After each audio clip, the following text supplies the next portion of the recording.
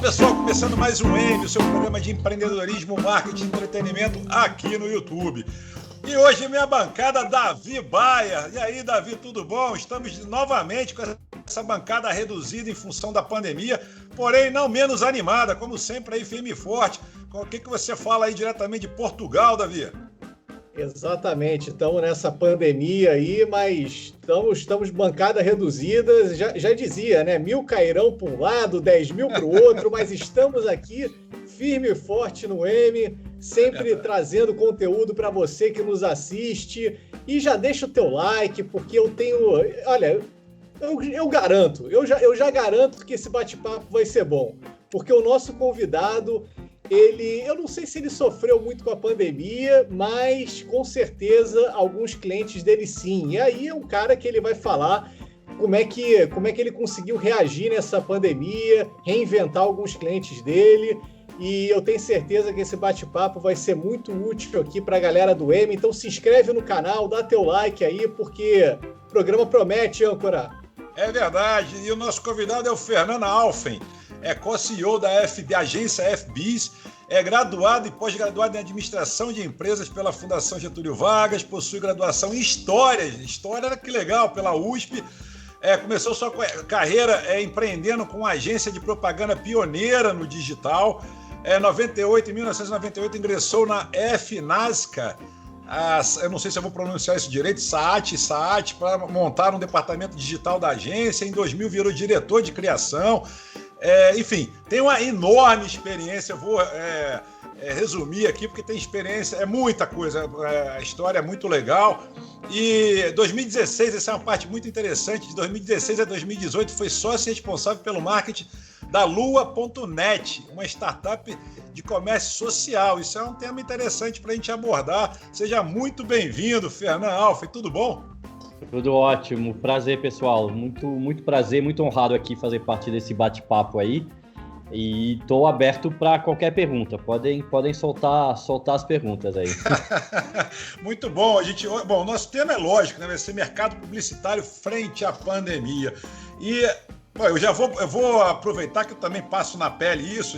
Aliás, fizemos 22 anos de mercado agora, a minha agência lá, da qual eu faço parte, fizemos 22 anos, começamos dia 18 de novembro de 1998, então vou deixar registrado aqui, 22 anos, é um tempo já considerável, né?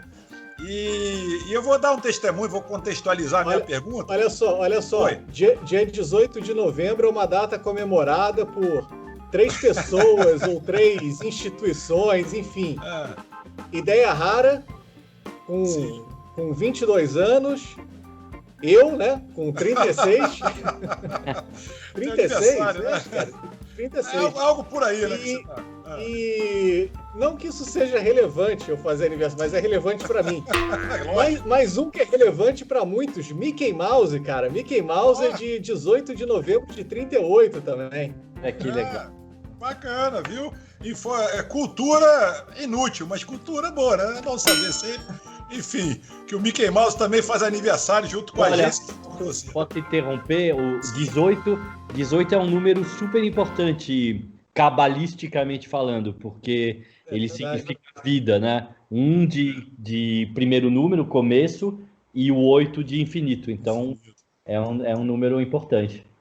Muito legal. Então, eu queria te falar, Fernando, que a gente lá na agência, dia 18 de março, a gente parou, foi todo mundo para home office. Essa data eu não esqueço também. Aí, no dia 18 de março, a gente teve que sentar um a um, né? Sentar com os clientes. Primeiro sentar entre a gente, conversar entre a gente, tal, não sei o quê. Aquela confusão toda. Depois a gente teve que rever um a um os contratos, né, com os clientes e tal. E naquele momento, todo mundo estava muito perdido, inclusive a gente. Tá? Agora a gente pode falar, mas na época a gente também estava com certo receio de várias coisas, inclusive. E com o passar do tempo, né, a gente, né, foi se reinventando, foi se adaptando, os clientes também. Logicamente que a gente renegociou, a gente conversou com todo mundo e tal. Mas, assim, a pergunta que eu queria te fazer como é que, frente a essa pandemia, como é que vocês lá na FB se viraram nesse sentido de falta de perspectiva. Às vezes você, né, a brincadeira que a gente faz muito aqui é que essa pandemia parece um seriado da Netflix, né? Quando você acha que está acabando, eles lançam uma nova temporada, aí você acha que vai acabar, lança outra temporada. Pô, é complicado fazer planejamento estratégico, né? Traçar metas e tudo mais, numa situação dessa de Netflix, né? Sem dúvida, a gente está vivendo um momento, para ser gentil, muito emocionante, né? Porque cara, é difícil. Assim, eu acho que o começo, como todo mundo foi meio tomado de surpresa, assim, eu acho que ficou todo mundo, pelo menos no nosso caso, eu acho que foi o caso de muita gente, correndo para tudo quanto é lado, né? Então, a gente ficou muito ocupado tentando, vou usar uma palavra forte, né? Mas tentando sobreviver. E quando você fica muito ocupado tentando sobreviver, você pensa pouco no futuro, né? Você pensa no presente. Verdade. E pensar no presente tem um lado bom, porque o futuro traz muita ansiedade, geralmente, né? Mesmo quando ele é rosa e quando ele é bom, mas tem um lado bom e tem um lado ruim, obviamente, porque você vai, né, se planejando todos os dias o dia seguinte, né? Então, assim, eu acho que esse foi o primeiro efeito, assim, dos primeiros dias, ou as primeiras semanas do confinamento. A gente também imediatamente, né, foi todo mundo para casa. A gente já estava um pouco mais acostumado, talvez, do que muita gente a fazer trabalho remoto em algumas áreas. Então, isso foi uma coisa que foi mais fácil, pelo menos do ponto de vista tecnológico, né? Do ponto de vista humano e tal, é sempre mais demora mais tempo, né, para você sentir os efeitos. E aí, com os clientes, eles estavam mais ou menos na mesma toada, né? Teve alguns que reagiram de um jeito... e aí vai muito do humor do cliente ou do estilo do cliente, né? Tem uns mais pessimistas e que imediatamente tomam ações muito radicais, né? Para poder não correr nenhum tipo de risco. E tem aqueles que preferem ir se adaptando à medida que as coisas vão acontecendo. Mas óbvio que o impacto foi muito grande no começo, né, nos primeiros meses, tanto do ponto de vista emocional, físico, de ritmo de trabalho, econômico, enfim, foi tudo muito difícil. Mas eu acho que já a partir de... Não sei se eu continuo Não, por favor. Cronologia inteira. Por favor, fica à vontade. A gente aqui, qualquer coisa, a gente interrompe também. Aliás, eu queria dizer que o Davi tá bonitão. Ele cortou o cabelo, fez a barba, tava todo... Entendeu? Agora tá com um aspecto de yuppie português. Só isso que eu queria falar. Agora o nível dos convidados está aumentando, cara. Não dá mais para ficar cabeludo, barbudo, assim, do jeito que eu tava, não. Tá bonito. Mas pode continuar, Fernando. Tá. E aí eu acho que, assim, ontem a gente fez uma live por um projeto que a gente está lançando muito legal. Depois, se tiver oportunidade, eu falo um pouco mais dele. E a gente começa a nossa exposição, nossa apresentação, falando que o verdadeiro bug do milênio foi 2020, né? Não foi em 2000, né? Então, assim, parece que bugou, né? Bugou o sistema, né? Bugou completamente o sistema de um jeito totalmente inesperado, imprevisível. E eu acho que eu sou meio otimista, assim, tem um lado muito saudável no que a palavra ruim, né, de usar numa pandemia. Paradoxo, mas tem um lado de repensar, assim, de repensar hábito, repensar manias, repensar automatismos, assim, que a gente tinha e que a gente, né, e a gente não vive sem eles, né, porque é o que alimenta a nossa vida também, que eu acho que vai ter consequências muito interessantes, né, complexas, mas interessantes, assim. Então, eu acho que a partir do mês de maio, mais ou menos maio, as coisas começaram a se articular, né? A gente começou a saber organizar um pouquinho melhor o nosso tempo, né? Porque isso foi o primeiro choque, né? Como é que agora eu vou organizar meu tempo? Porque antes eu cruzava a pessoa e dava um recado, né? Discutia um assunto. Agora eu preciso, né? A agenda virou esse inferno, né? Essa prisão muito verdade. muito radical. Antigamente as coisas fluíam com muito mais facilidade. Mas eu acho que a partir de maio, mais ou menos, acho que a gente começou nós internamente a saber mais ou menos se organizar, né? Criar momentos para a gente se encontrar, momentos para a gente debater. As pessoas também foram se adequando a um valor que no Brasil não era muito valorizado, que é a pontualidade, né? Porque a gente é obrigado a ser pontual. E eu acho que a partir de maio a gente começou a olhar e falar assim, bom, tá bom, né? Vamos se preparar e olhar a nossa sorte, entre aspas, é que a gente é meio the day after, né? Porque a gente olhou os outros países depois, né? As coisas chegaram aqui, claro, com suas particularidades, obviamente, mas a gente teve a chance de olhar, olha, o cenário se desenhou desta maneira lá, talvez, né, fazendo uma projeção aqui. E aí começaram a aparecer 1 milhão de teorias, vocês devem ter visto 1 milhão, vocês devem ter ouvido 1 milhão, né? Todo mundo sem exceção, soltou uma teoria sobre o novo normal, o pós-pandemia, etc. Tudo furado, não, obviamente, porque a gente ainda não chegou no pós, né? Então... É verdade. Aliás, essa expressão novo normal, eu não gosto dessa palavra, é uma expressão... Eu não também sei. não. Eu também, porque ela apesar dela ter uma intenção... A gente pode falar meio solto assim, né? Pode, à vontade. Tá. A ideia é essa mesmo. Não, fazendo uns links assim, depois...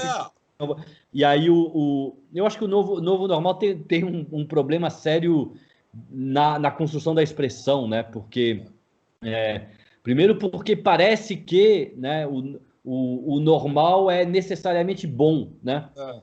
O normal não é necessariamente bom, né? Então, quando você diz o novo normal, tem um lado que parece vamos voltar ao que era antes, que não necessariamente era bom, né? De um jeitinho diferente, porque é novo, né? Então, assim, eu também não curto, assim, eu acho que a gente, ao usar essa palavra, que na verdade não foi nem inventada agora, me parece, sei lá, eu já li em algum lugar que essa palavra é uma palavra que foi reapropriada, assim. Eu acho que a gente, também a gente carregou de esperança, né? Muita gente falou, no novo normal as pessoas serão mais colaborativas, serão mais humanas, o planeta a gente vai voltar a ter uma vida mais saudável e tal. Não, né? Porque... O Washington Post chama de a grande parada. Eu acho até que a grande parada é uma expressão talvez até mais interessante, mas o problema é que está grande demais, né? Porque na época que eles soltaram a grande parada, foi em maio também, abril, maio, eles estavam se referindo a um delta T de tempo, né? Que eu não sei se ia ser tão grande assim, mas enfim. A grande parada eu acho mais interessante. A grande parada dá até mais otimismo, né? Porque é um tempo que a gente tira, né? Esse novo normal condena a gente a uma nova eternidade, né? É uma coisa meio estranha, né? Então é uma coisa que, enfim, você não sabe lidar muito bem com isso. Mas é bom que a gente tem aqui o Fernando, e eu quero perguntar o seguinte, cara, falando essa coisa de saber lidar muito bem com isso, assim que as pessoas começaram a andar de máscara na rua, pelo menos eu vendo aqui em Portugal, eu comecei a ver umas peças publicitárias assim esquisitíssimas, que os atores estavam todos de máscara, em tudo quanto é lugar, assim, mas aquilo era zero natural das pessoas, né? Enfim, isso daí esse é o novo normal mesmo, assim, a gente vê coisas esquisitíssimas acontecendo, ou é a gente se acostumar com essas coisas esquisitíssimas, ou é simplesmente para daqui a pouco a gente repensar como é que a gente faz a publicidade disso? É interessante a sua pergunta, porque assim, eu vou falar uma coisa talvez um pouco polêmica, assim, mas não polêmica, mas talvez eu seja criticado por isso, mas assim, eu acho que durante esse período, que foi até, sei lá, até setembro, por aí, eu acho que foi o período onde se fez a pior propaganda da história da humanidade. De qualidade, né? Porque todo mundo, assim, tava, obviamente as contingências eram enormes, né? Porque você não podia, não tinha dinheiro, não tinha recursos, você não podia filmar, você não podia fazer nada. Então, obviamente, as contingências eram grandes, mas contingências não necessariamente significam má criatividade. Aliás, é o contrário até, né? Verdade. Assim, momentos de grandes contingências, grandes dificuldades, grandes sofrimentos, é que, né, o ser humano tem essa capacidade de se superar, né, e conseguir. Quando tá tudo bem, você dorme, né? Você não faz nada, você come, dorme e não faz nada. Quando tá tudo, você tenta encontrar uma maneira de ser original, de se superar e tal. Então, eu acho, cara, que a gente meio que tem que dar uma arriscada nesse período, do ponto de vista de qualidade do trabalho publicitário, né? E desculpar, obviamente, os anunciantes e os publicitários, porque foi realmente um período de grande contingenciamento. Assim, realmente a gente, da noite para o dia, todas as nossas ferramentas estavam. E aí a gente demorou para se adaptar. É como se, né, da noite para o dia eu fosse preso, né? Até eu me acostumar e começar a pintar a parede com um carvãozinho que eu encontrei, vai levar um tempo. No começo eu vou ficar meio revoltado, eu vou ficar meio, né, tentando encontrar uma saída. Então acho que foi meio, não sei se eu respondi a sua pergunta, mas eu apagaria foi ótimo. O período das pessoas com máscara porque não foi relevante e não vai ser. Aliás, deixar registrado aqui que o Fernando ele é carioca, tricolor, fluminense. Então, assim, é bacana, porque a gente aí pode também, de vez em quando, brincar, mas se vê que a gente não está numa posição de brincar muito com o time dele, não, Davi, porque o nosso também não está lá muito bom, então é melhor a gente pular essa parte futebolística, né? Não, vamos pular. Porque não tá. Mas uma coisa que me chamou muita atenção. O Flamengo está nessa grande parada aí. Mas uma coisa meio estranha. Hein? Eu preciso contar que a minha adesão ao Fluminense, contar uma história engraçada. Quando eu fui morar muito pequenininho na França, né? E eu não tinha nenhuma conexão com nada do futebol. Meu pai era francês, também futebol para ele era seleção francesa, quer dizer, não tinha time. A minha mãe era alagoana, também não tinha nenhuma conexão com futebol. E quando eu voltei para o Brasil, eu era adolescente, a minha avó, ela era alagoana também, mas ela era uma carioca, a mais fanática que existe no mundo, se sentiu na obrigação de instituir ou de recomendar uns times de futebol para mim e para o meu irmão. E aí eu me lembro que logo no primeiro dia que eu reencontrei a minha avó, depois de 11 anos sem vê-la, ela tinha duas camisetas, uma do Flamengo. E ela olhou pra gente, né, e ela disse assim, você é pó de arroz, me deu o Fluminense. E você é povão e deu a camisa do Flamengo pro meu irmão, e desde então, meu irmão é flamenguista, eu sou fluminense. Pô, ela já separou a família assim, fácil? Pô. Ela resolveu polemizar lá na largada. Muito bom, muito bom. Gente, eu destaquei aqui um texto que eu fui lá no site da FBIS e achei muito legal, que fala, né, o modo de pensar da agência. A propaganda brasileira tem lá os seus deuses, talvez por isso apegue tanto ao criacionismo como tábua de salvação. Mas a Terra Prometida mudou. Antigos mandamentos não funcionam tão bem como outrora, e por aí vai. Esse texto é muito legal. No final, ele diz o seguinte: uma corrente que traz uma forma mais dinâmica de pensar, que acredita na tecnologia como ferramenta de sobrevivência, que se baseia em dados e não só em crenças, que experimenta o novo antes de condená-lo, que tenta novas soluções para velhos dilemas, combinando criatividade e estratégia. Afinal, não adianta sempre criar um mundo em 7 dias, se no 7º, em vez de descansar, começa a refação. Muito legal esse texto. Eu separei ele, que achei muito bacana mesmo. E tem a ver com o que a gente está falando, né? Porque exatamente essa pegada da pandemia nos faz pensar isso, né? Faz pensar exatamente em como você pode fazer melhor o que você já faz, né? Eu adorei a sua pergunta, porque eu vou dizer uma coisa que vai te surpreender um pouco, porque eu acho esse texto está muito desatualizado. E ele tá tão desatualizado, e foi bom você ter me alertado, porque foi bom ter alertado isso no ar, né? Não, foi muito bom, porque a gente é uma agência que tem um DNA digital e a gente está com um texto de posicionamento de agência desatualizado no ar. Então, é muito casa de ferreiro. Mas é muito bom o texto, viu? Eu vou te falar, eu achei ele muito bom, mas eu acho que ele, mas eu acho não, mas a gente mudou. E eu acho que o que a gente acredita hoje é quase o inverso do que está lá, quase, né? E você lê um texto e é bom porque isso vai me fazer introduzir um assunto que é um assunto muito muito importante para a gente, assim, e que tem a ver com o momento que a gente está vivendo no país, no mundo e na FBIS. E a gente lançou ontem, oficialmente, né? Então também um dia importante, o dia 18 de novembro para a gente.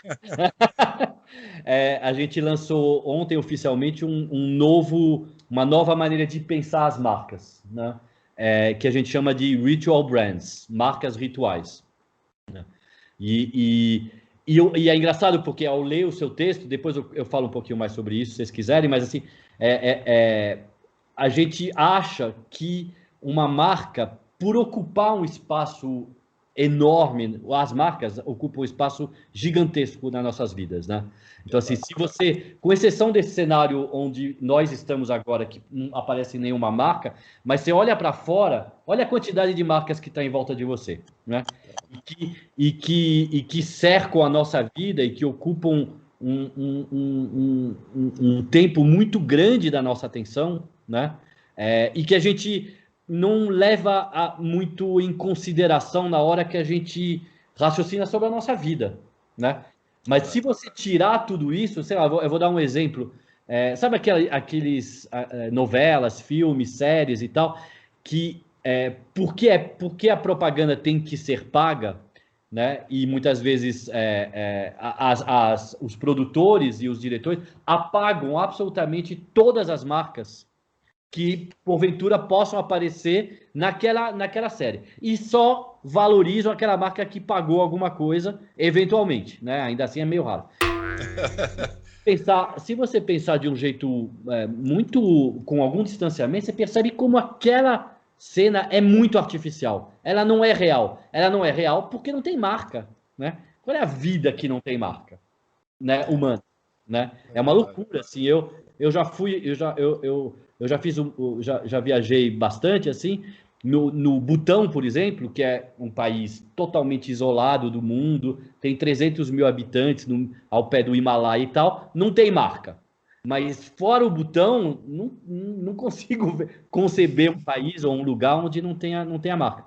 Então, por que as marcas têm um papel e têm um espaço tão importante e relevante na nossa vida, embora não pareça, né? Porque a gente apaga elas, né? Na nossa representação da realidade e tal, a gente acha que as marcas precisam ter mais responsabilidade também, né? E ao ter mais responsabilidade, ao assumir mais responsabilidade, aí eu consigo, eu apago as marcas, entre aspas, não porque elas são feias ou elas são inúteis, mas é porque elas não têm a responsabilidade que precisam ter para fazer parte da minha vida, né? Mas na hora que uma marca começa a ter uma atitude, se posiciona e começa a dialogar comigo num outro nível, que transcende a sua relação comercial, né? Ou a transação, que é o objetivo das marcas, né? Obviamente. Aí eu dou licença à marca, né? Tendo a dar licença para a marca entrar na minha vida, né? E é por isso que, e ao entrar na minha vida, eu posso fazer com que esta marca, na minha vida, represente, tenha a mesma importância de um ritual, dos rituais que habitam a nossa vida, né? Do ritual de torcer para o Flamengo, né? Os rituais profanos, né? Que todos, né? Dos rituais sagrados, dos rituais individuais, coletivos, que você quer, né? Exibir, que você não quer exibir e tal. Assim, a gente acha que tem um espaço para a marca. Eu estou fazendo uma volta grande para chegar no texto, tá? Tranquilo. Fernando, o Flamengo é uma marca também. Um time de futebol é uma marca. Todos são. Eu acho que é mais que uma marca, é uma religião, né? Uma religião, Então, assim, porque ele é uma religião que é uma marca, que tem uma marca, né? E ele entra na sua vida, pegando esse exemplo, ele entra na sua vida porque ele é essencial para você, né?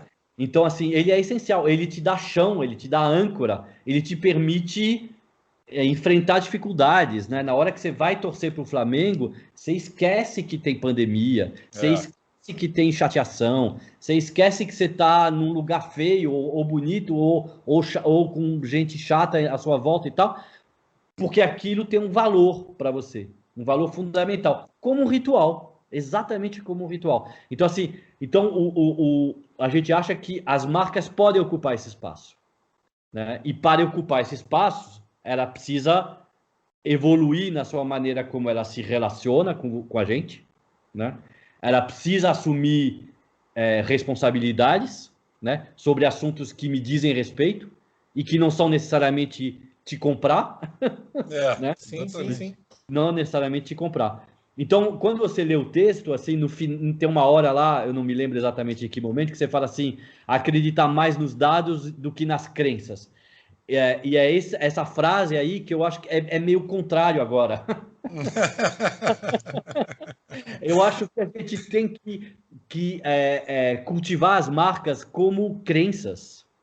E as marcas têm que tentar fazer um trabalho de entrar na nossa vida como uma crença, né? E para fazer isso, ela precisa ter uma atuação muito diferente da que ela tem hoje, ou do que a maioria... Tem muita marca, obviamente, que tem, né? Eu acho que talvez o território... A gente, de repente, entrou num papo sério, né? Mas, assim... O território, as marcas que têm opinião sobre assuntos de sociedade, assuntos mobilizadores e tal... se você for olhar, e a gente tem esse estudo, se você for olhar, você vai perceber que essas marcas performam muito melhor do que as outras marcas que ficam em cima do muro, que ficam no seu lugar abstrato, distante, né? Divertido, né? E tal, mas sem profundidade e tal. As marcas que têm opinião, e a opinião não é para julgar a opinião, né? Julgar a opinião, pode ser contrária minha, não importa. Mas o fato dela ter uma opinião, expressar uma opinião e ela ser reconhecida por essa opinião, faz ela ter muito mais valor na vida das pessoas. Né? Eu concordo contigo. Eu acho que independente de a opinião ser a mesma que a nossa, tem que respeitar, porque ela se posicionou, né? Eu ando de moto há muitos anos. Agora, né, com a pandemia, nem tanto. E eu tive muito contato com o pessoal de Harley Davidson. Eu acho essa marca também outra religião, né? Um pessoal que... De fato, eu conheço vários profissionais liberais, CEOs, presidentes e tudo mais, diretores, que eles não... Chega no sábado, cara, você olha lá no encontro, tá todo mundo de bandana, tá todo mundo com aquelas jaquetas, tá todo mundo fantasiado de Harley Davidson, e é assim, impressionante. E olha, eu frequento um grupo sem ter Harley, né? E eu nunca tive Harley na minha vida, e eles não me tiraram do grupo, hein? Porque geralmente tem um... o grupo é muito fechado, né? Mas como são muitos amigos e tal, mas eu fico vendo isso e eu acho isso assim um comportamento que toda marca gostaria, né? Porque como é que eles vestem aquilo literalmente? Eles vestem a camisa, eles defendem. Vai falar mal de uma Harley para um raleiro desse aí que tu vai ver o que acontece contigo. É super legal o seu comentário, Sandro, porque a gente as dimensões de uma ritual brand, que são todas, a gente está mensurando elas, a gente tem uma dimensão que a gente chama de encantamento, uma dimensão que a gente chama de transcendência, uma que chama Tech Infused, tá faltando uma que chama Ethos, que é dessa que eu falei, né, de propósito e tal, e a quinta dimensão é comunidade, né, senso de comunidade. E assim como existe a Harley, por exemplo, que é sem dúvida um exemplo incrível, que ilustra essa dimensão, né, a gente atende a Jeep, que é mais ou menos o mesmo lado, né? Você não fala eu sou um Volkswageneiro, né? Mas você fala o jeepeiro, né?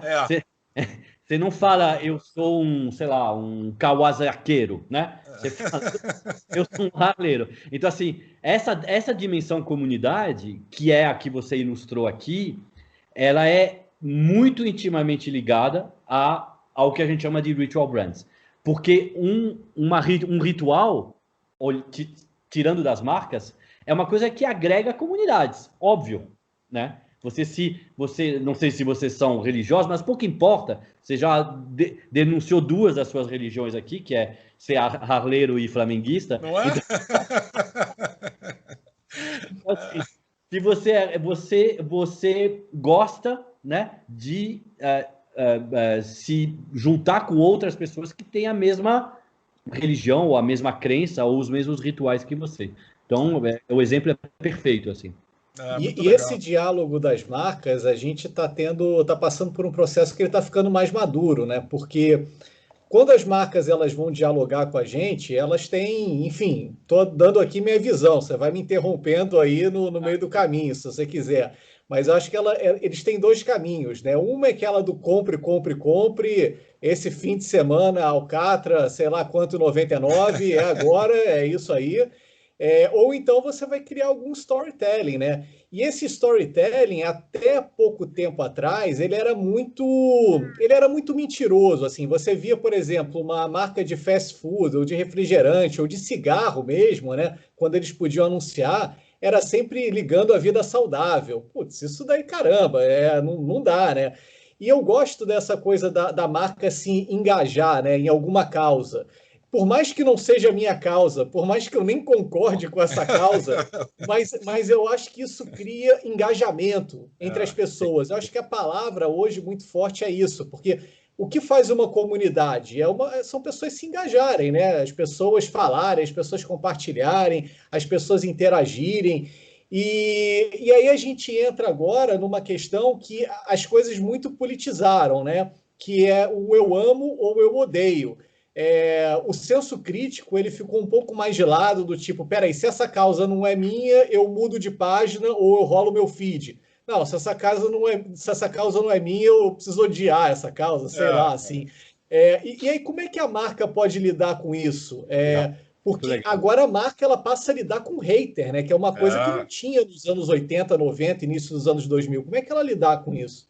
Com coragem, cara. Assim, eu acho assim... a gente está vivendo esse momento, né, de polarização muito grande, de opinião e tal, e isso faz as pessoas se acovardarem muitas vezes, ou então se esconderem atrás do anonimato, né? A gente vê isso, né, com muita frequência e tal. E eu acho que... E também uma outra coisa que você não comentou, mas eu queria acrescentar como argumento também assim, sumiu o senso de humor, né? Sumiu a vontade de, sabe, assim, fazer troça, fazer brincadeira. É uma brincadeira, ou como dizia o Jô Soares, não existe humor de bom gosto. É verdade. Não existe humor. É verdade. Coitado do Jô Soares, mas se ele dissesse isso hoje, ele ia ser imediatamente criticado e tal. Então, assim, eu acho que as marcas, tentando responder a sua pergunta, elas têm que ter coragem, né? E eu acho que tem várias marcas que fizeram isso em muitos momentos e cada vez mais hoje em dia, né? E coragem para correr o risco de, inclusive, perder pessoas, perder adesões, né? Eu acho que isso é corajoso e, ao mesmo tempo, para aqueles que, né, vão continuar engajados e tal, é mais importante isso do que ficar em cima do muro e ficar tentando contemporizar, tentando agradar todo mundo. Acho que vocês lembram que, para voltar para o futebol, assim, durante muito tempo as marcas tinham muita dificuldade de entrar na camisa de um futebol, de um time, né? Porque, se eu entrar no Flamengo, os fluminenses vão me odiar, se eu entrar no Corinthians, os palmeirenses vão me odiar e tal. No fim, isso era um tabu que foi quebrado muito rapidamente, porque hoje não dá lugar nas camisas, né, para logotipo. Então, assim, não é verdade. As pessoas é verdade que existe polêmica, é verdade que existe ou odeio ou amo, eu concordo, é uma lástima. Mas eu acho que nós, como pessoas inteligentes, críticas, conscientes e tal, a gente tem que ter coragem de dar a nossa opinião e mesmo correndo riscos grandes, assim, muitas vezes, de parecer, de ser criticado e tal. A gente não tem que ter medo da crítica, né? E outra coisa também, né? Não ter medo de trocar de opinião também, né? Isso é fundamental. O Sandro falou de um texto seu que você já deu uma reviravolta no texto, enfim. Pô, isso é legal pra caramba. Quando você fala, não, peraí, eu já não penso mais assim, eu já penso diferente. Isso, eu queria botar uma cereja nesse bolo aí também, que é o seguinte, você falou, sumiu o senso de humor, falou do Jô e tal, mas eu acho que sumiu muito em função, né, do politicamente correto, que ficou chato, entendeu? O politicamente correto botou todo mundo chato, você não pode falar nada, que todo mundo está muito sensível. Qualquer coisa que você fale, as pessoas vão... Né, tem sempre alguém para perturbar, tem sempre alguém para xingar ou falar alguma coisa. Enfim. E você percebe como os argumentos são rasos, né? Porque quando você entra no debate, você vê que é muito rápido o argumento ficar como é que se diz? No maniqueísta, né? Assim, em 2 minutos perde-se a complexidade de qualquer assunto. Qualquer assunto. E a vida só tem graça porque ela é complexa. Se a vida fosse binária, maniqueísta, seria chata. Seria muito...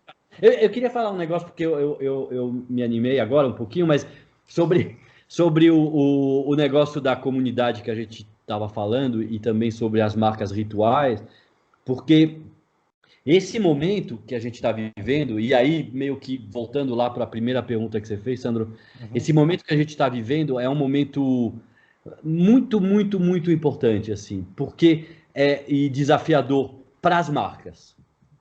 Porque durante muitos e muitos anos, ou praticamente a vida inteira, as marcas tentaram criar nas pessoas uma coisa que se chama hábito, né? O hábito de consumir não sei o que, o hábito de consumir não sei o que. Então, porque hábito é uma coisa legal, simplifica a vida. Você assim, pô, legal, eu vou lá na gôndola do supermercado e eu não fico 3 horas, né, procurando o produto, eu já vou direto naquele porque eu já analisei, já percebi que ele é legal e tal, e tá tudo bem, né?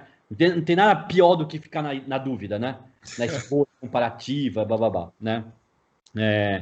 Então, assim, mas a gente está vivendo um momento em que todos os nossos hábitos ficaram de pernas para o ar, né? A gente já falou disso, né? Então, meu hábito de ir para o escritório, meu hábito de almoçar fora, meu hábito de ir para academia, de ir para a escola, tudo mudou no quesito hábito, né? O hábito que eu tinha de ir ao cinema, o hábito que eu não tinha de assistir televisão, de repente mudou, as coisas estão mudando. O hábito que eu tinha de tomar banho na academia, eu tomar banho de manhã, agora estou tomando banho à noite, porque percebe na sua rotina como os seus hábitos mudaram, né?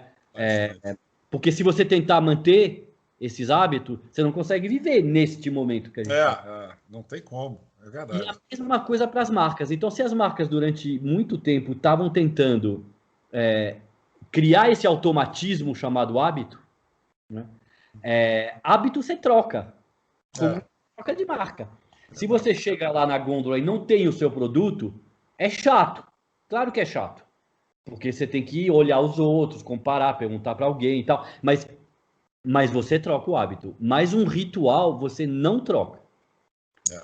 Você não troca. né? Assim, acho que a história do mundo e da humanidade tá recheada de momentos, né, que as pessoas, nas maiores dificuldades, nas maiores privações, continuavam cultivando seus rituais, apesar das dificuldades, né? Se a gente conseguir fazer isso eu sei que é ambicioso, pode ser utópico, mas se eu conseguir fazer isso com as marcas, eu acho que algumas marcas fazem já, né? Eu não consigo, a primeira coisa que eu faço de manhã é me relacionar com um aparelhinho, né? Uhum. Que tem uma marca, e eu Sim. não vou fazer propaganda da marca. Mas tudo Não bem, tem merchan, né? Pô, fazer um merchan, assim. Exatamente. Mas assim, mas tudo bem, é Apple, não tenho vergonha de dizer, não. Mas aquilo, como é um programa meio humorístico também, eu vou ao banheiro com o meu celular. Assim, ele me ajuda numa coisa que é muito íntima. É verdade. Então, assim, eu não tenho nenhuma vergonha de dizer assim, e eu não me concebo sem estar cercado desta marca em particular. Ela faz parte tão íntima da minha vida que eu vou dar um exemplo com esta marca em particular. Quando no começo da pandemia meu celular quebrou, caiu no chão, quebrou de um jeito irreparável. Eu fiquei desesperado, eu preciso de um outro, preciso de um outro, preciso de outro. E aí eu entrava no site para comprar e tudo demorava 2 dias. 2, né? Não é? Demorava 2 dias, ou um dia, mas tinha que ser até as 15 horas, ou 4 dias. Falei assim, não dá. Eu saí de máscara, né? Os shoppings já tinham reaberto, e eu fui ao shopping tentar encontrar um. Eu falei, eu quero sair e pegar, eu não posso viver sem esse negócio. E não tinha. Você acredita? Não tinha. Então tive que comprar online e esperar 2 dias sofrendo. Isso não é um hábito, né? Sim, é outra coisa, né? A gente pode chamar de outra, eu chamo de ritual. A gente pode chamar de outra coisa, mas hábito não é, né? Lá no documentário da Netflix, no Dilema das Redes, isso aí, rapaz, isso aí dá assunto à beça para a gente falar. Mas eu queria fazer uma pergunta, deixar, aliás, a pergunta antes da gente, o momento da audiência, que é aquele momento que quando a gente chega mais ou menos na metade, a gente já passou um pouquinho da metade da entrevista, a gente atende você aí do outro lado da telinha, a nossa audiência, mas só aqueles que estão inscritos no canal, não é não, Davi? Pessoal que não está inscrito, não tem como. Exato, não, só a galera que está inscrita. Só a galera, quem não está inscrito, a gente checa. Nós temos um grupo de hacker russo que a gente entra na tua conta, vê se você está inscrito ou não. A gente nem responde você, cara. É isso. Aqui é o Diálogos da Deep Web. Aqui a gente já vai. Mas vem cá, âncora, você já vai direto para o momento da audiência? Rapidamente. Não, rapidamente, momento da audiência, a gente já volta, porque eu queria falar da relação dos digitais influencers, né, desses influenciadores digitais com as marcas. Mas antes, esse é um spoiler para você que está nos assistindo. Mas antes eu vou rapidamente aqui, porque o hype da internet está muito forte. O pessoal falando muito, né, de política, falando muito aí, enfim, de resultados de eleições nos Estados Unidos, falando das eleições que passamos recentemente aqui, as municipais. Enfim, o pessoal está falando muito. Eu vou tentar não teve uma seleçãozinha aqui que a gente separou, mas vou tentar não entrar muito nesse campo da política. A Sandra, por exemplo, mandou para a gente o seguinte: não sei o que é mais perigoso, um chinês com tosse, um árabe com mochila nas costas ou um brasileiro com título de eleitor na mão. Enfim, aí você começa a ver a opinião da turma. Tem outro aqui, isso é também, Luiz Roberto. Ele manda aqui para a gente o seguinte: gente, eu tenho uma notícia boa e uma notícia ruim para dar. A boa é que 2020 está acabando. A ruim é que Mad Max se passa em 2021. Muito boa essa, né? Sensacional. Aí vem a Cristina Maria, algo do tipo, não estou conseguindo ler. Cristina. A Cristina bota aqui o seguinte: socorro, aos 18 anos te pedem 5 anos de experiência de mercado. Aos 25 te pedem 15 anos de experiência em liderança com grandes equipes. Aos 45 anos, você é velho para trabalhar. Aos 65, você é novo para se aposentar. No meio dessa confusão toda, esquecem que muitos aprendem em um ano e não demoram 10 anos para aprender. Uns exercem 10 anos uma função de liderança e nem imaginam o que significa liderar. Muitos outros trabalharam, mas nunca tiveram potencial fantástico para se desenvolver. Outros desempenham funções com excelência e são descartados por outros que nunca fizeram nada e por aí vai. Ela está revolta, cara. Ela está bem revolta aqui. E tem até olha, eu vou falar, tem até um sentido interessante aqui no que ela fala. O Valmor mandou aqui para a gente o seguinte: a TV americana CNN segue sua tradicional linha de esquerda. E a do Brasil, por mais que se proclame independente, não consegue esconder que tem um pé fincado na esquerda. E aí ele coloca o seguinte: a filial segue a matriz. É só prestar atenção e detectar que isso é verdadeiro. Com relação ao governo Bolsonaro, os comentaristas políticos da emissora nunca lhe fazem um elogio e não mostram suas obras. A Globo é antibolsonarista, explícita. A CNN é sutil. Mais um aí, ó. Eu estava falando que tentar passar, mas é difícil. E o Carlos manda para a gente uma pergunta. Em qual zona você se encontra? Ele coloca zona de crescimento, zona de aprendizagem, zona de medo e zona de conforto. Cada uma com as suas características específicas. É bem legal, viu, Carlos? Essa pergunta é bem bacana. E para fechar o nosso momento audiência, não é esse aqui, não. Eu passei aqui, aqui. É esse aqui. Esse é muito legal, gente. Esse, inclusive, é um Luiz também que manda para a gente muita coisa interessante. E ele botou com S ou com Z? Luiz com S ou com Z? Esse é o com Z. É o Luiz Cláudio, inclusive. Ele botou o seguinte: terminou as eleições de 2020 aqui em casa. A apuração aqui em casa terminou e a minha mulher vai continuar mandando pelos próximos 4 anos. Bom, o momento audiência encerrado, muito bom. Você que tá do outro lado da telinha, que já nos acompanha, nos conhece, seja sempre muito bem-vindo. Continue mandando aqui para a gente post, mandando sugestões, perguntas e tal. Nem sempre a gente comenta, né? A gente lê, mas nem sempre a gente comenta. E para você que está nos conhecendo hoje, propomos análise e reflexões sempre com muito conteúdo e bom humor. E eu estou com 3 afters na língua, até difícil a beça falar algumas palavras, de vez em quando, desculpa aí, saem umas palavras esquisitas, a língua está saindo da boca, blá, blá, blá, faz assim, mas acontece.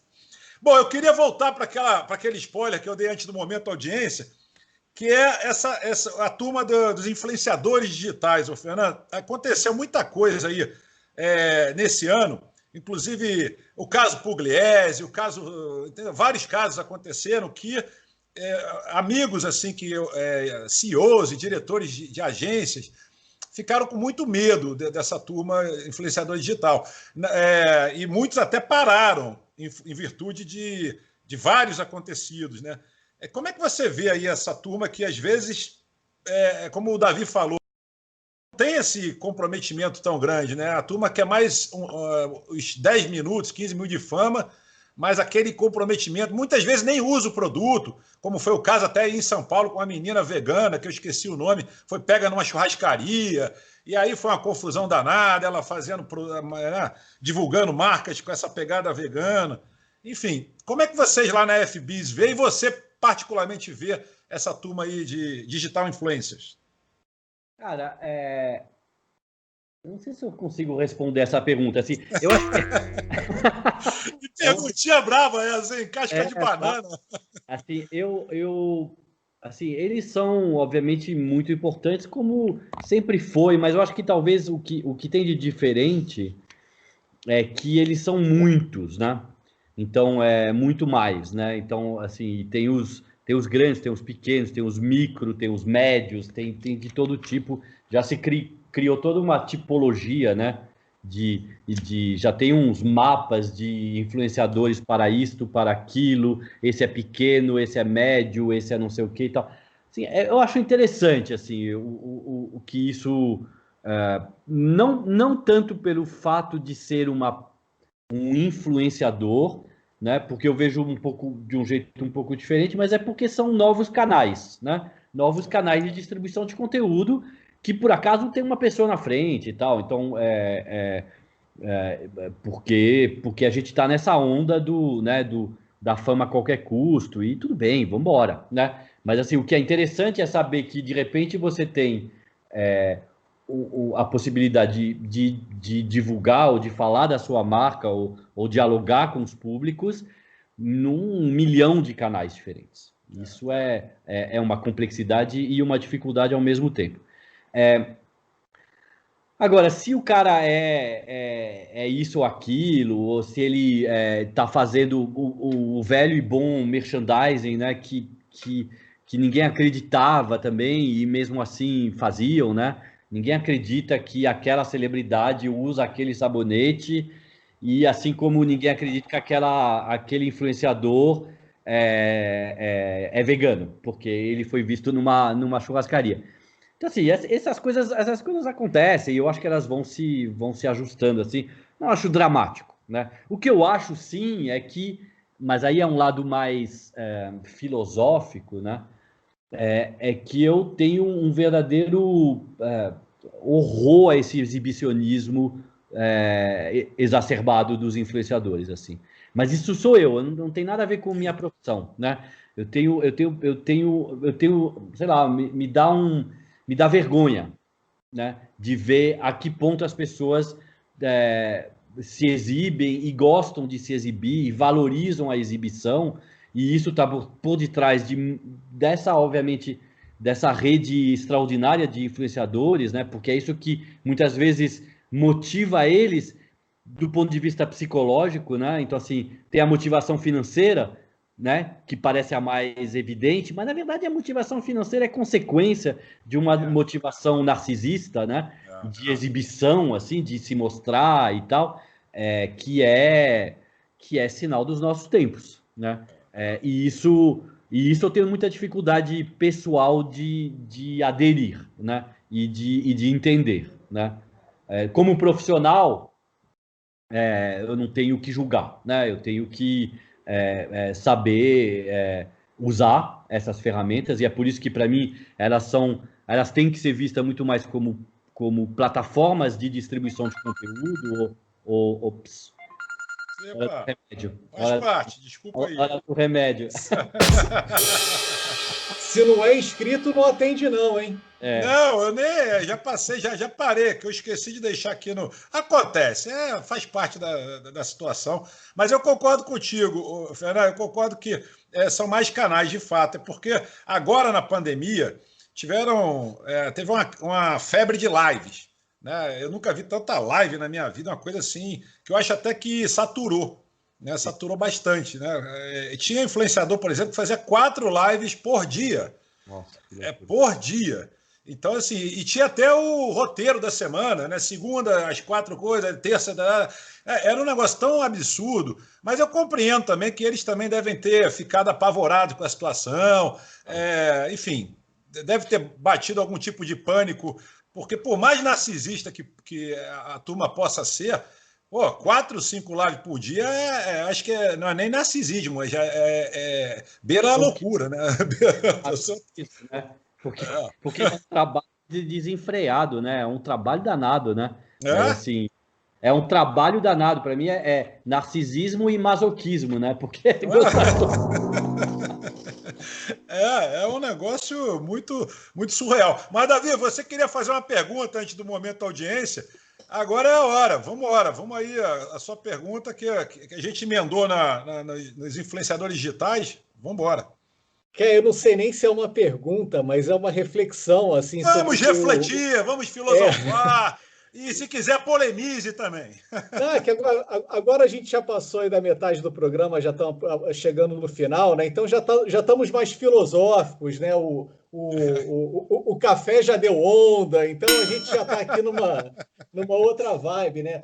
E, Fernando, você sabe o seguinte, cara, eu comecei a valorizar mais a tua profissão depois que eu me mudei, cara, depois que eu comecei a morar fora do Brasil.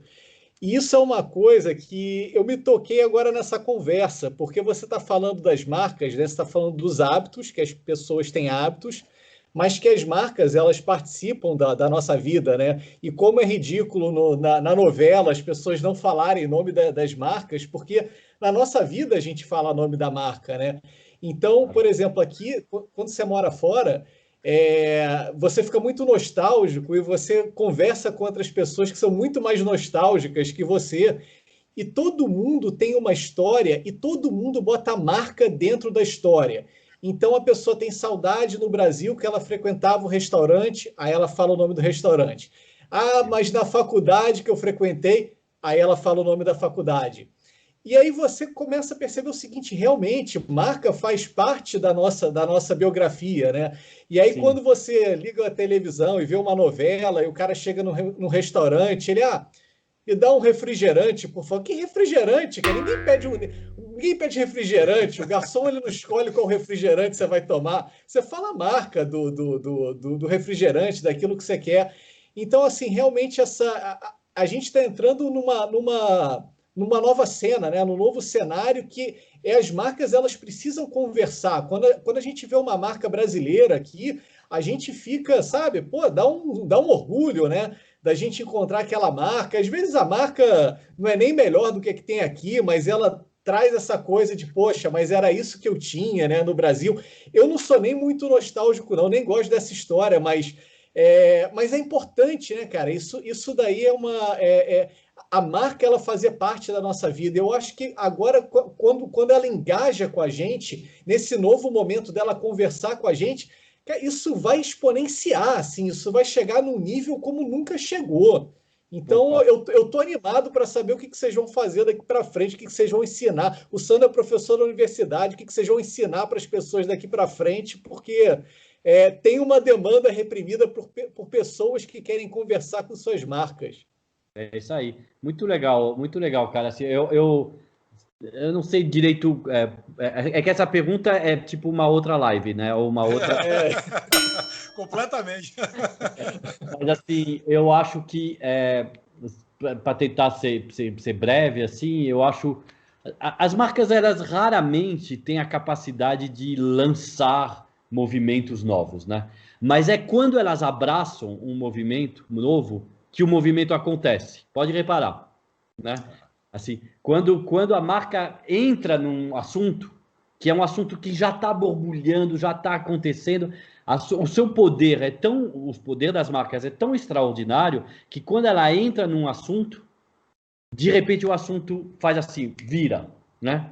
Assim, e isso se a gente não souber disso, né? Se a gente não valorizar isso, e principalmente entregar para as marcas essa responsabilidade, né? A gente está perdendo uma puta oportunidade, né? A gente tá perdendo uma oportunidade gigantesca, nós como sociedade, como pessoas, como seres humanos, assim, de utilizar as marcas para serem vetores de transformações e de mudanças e de coisas legais, né? E de momentos alegres para a gente, assim. E não existe essa separação, né? Assim, isso que eu acho que está acontecendo no mundo, no macro, assim, nesse ambiente do marketing, assim. Não existe essa separação, momento do intervalo com a marca e momento fora do intervalo com a marca. Isso foi uma artificialidade que a gente criou, né? A gente criou essa artificialidade, porque na vida não é assim. A vida não é momento sem marca, momento com marca. A vida é o tempo inteiro com marca, né? Desde o começo do capitalismo. Então, isso que... E é o tempo inteiro com marca, portanto, vamos usar as marcas. Vamos fazer as marcas serem vetores de coisas legais para a nossa vida. Eu acho que é isso. E não só te obrigar a comprar, ou te fazer comprar, ou sabe, te empurrar dentro do funil de conversão lá para você sacar o seu cartão de crédito rapidão, assim. Verdade. Gente, eu vou aproveitar aqui que a gente está na reta final do programa, pedir para vocês uma dica de livro, aquele famoso momento dica de livro, que hoje eu mesmo fui pego de surpresa, porque eu não separei dica, mas eu tenho aqui, eu sempre deixo algumas rapidamente, não necessariamente a gente precisa mostrar o livro, se vocês quiserem só comentar, o editor sempre, depois ele me xinga, mas ele coloca aqui na tela o livro. Recomendado. Então, Davi, quer começar o momento dica de livro de hoje? Foi na surpresa, mas já me veio um livro aqui na mente, que é o seguinte, a gente está agora aqui em momento eleitoral, né? Tem muitos lugares aí indo para o segundo turno, a eleição dos Estados Unidos algum dia vai acabar, mas com certeza não até esse programa ir para o ar. Então, aproveitando essa pegada aí de política e marketing, eu quero recomendar um livro que eu não tenho ele em mãos, eu não sei se ele está à venda, mas o editor deste programa que se vire para colocar aí a arte dele. Mas é o seguinte, Quem Pintou My Horse de Green? É o livro de Sandro Vidal, contando a trajetória aí política aí na época que ele se candidatou para ver. Tem o livro aí, cara? Tem o livro aqui. Tu falou agora, pô, você não tem o meu livro, cara. Aí você me complica. Tá aqui, mas o editor vai colocar. Tá aqui o livro. Encontra na Amazon, É que aqui o Croma tá pagando o livro, mas encontra. Não, tá bom, tá bom. O livro tá aqui, tá na minha mão. Obrigado pela referência. Eu vou retribuir a sua gentileza, Davi, indicando o seu livro, que também está aqui na minha mão. Que maravilha! Aí, ó.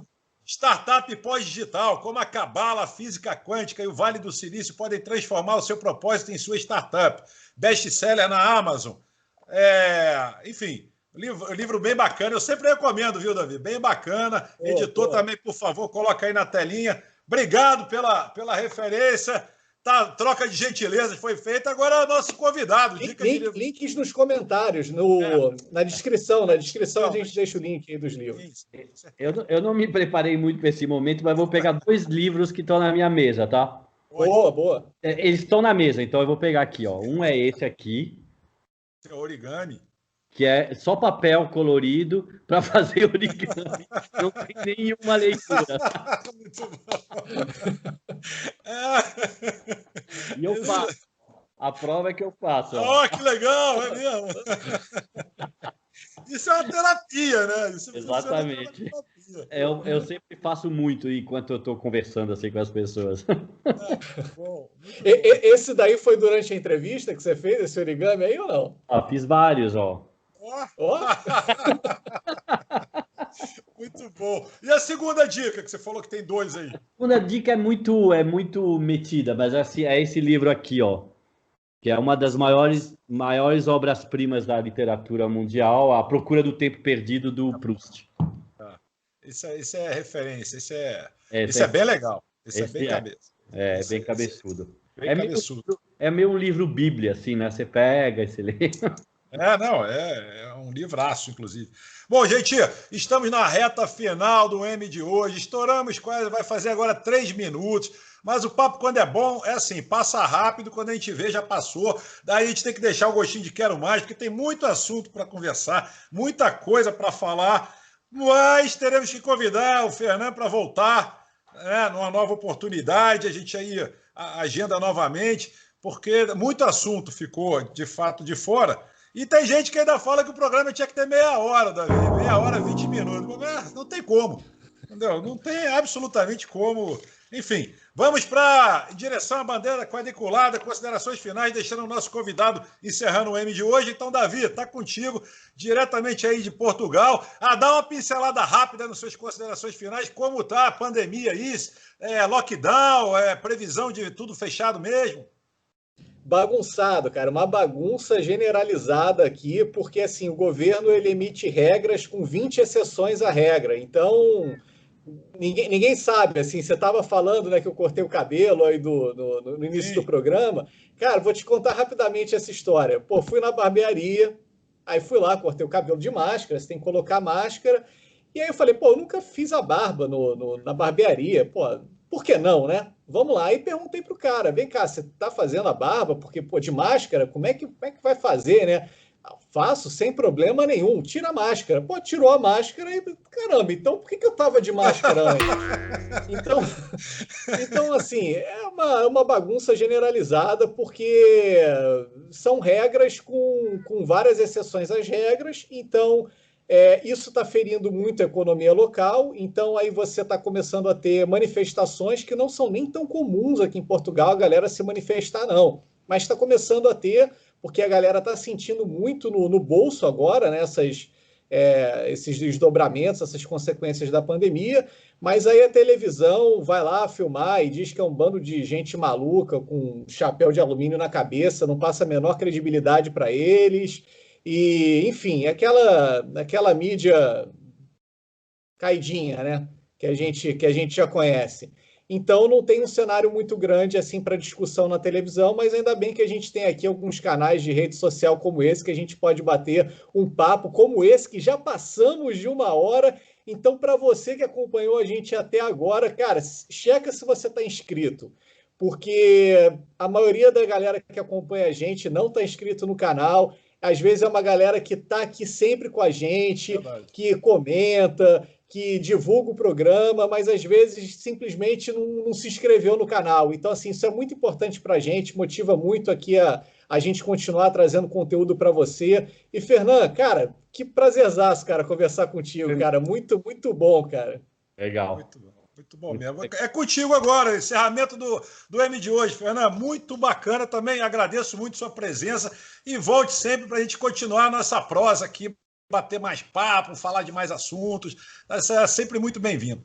Que legal. Não, foi um prazer, assim, foi um papo muito gostoso, tranquilo, rápido e demorado. Assim, e é isso que eu curto, assim. Inclusive, eu estou 25 minutos atrasado para uma outra reunião. Eu não senti o tempo passar. Então foi um prazer, estou disponível para outros. Deixa a Globo News esperando, aqui é o M. É isso aí. Muito bom. Obrigadão, Fernando. Muito obrigado. Obrigado, Davi, programaço. E a gente se vê sempre de segunda a sexta-feira aqui no M. Valeu, abraço. Tchau, tchau.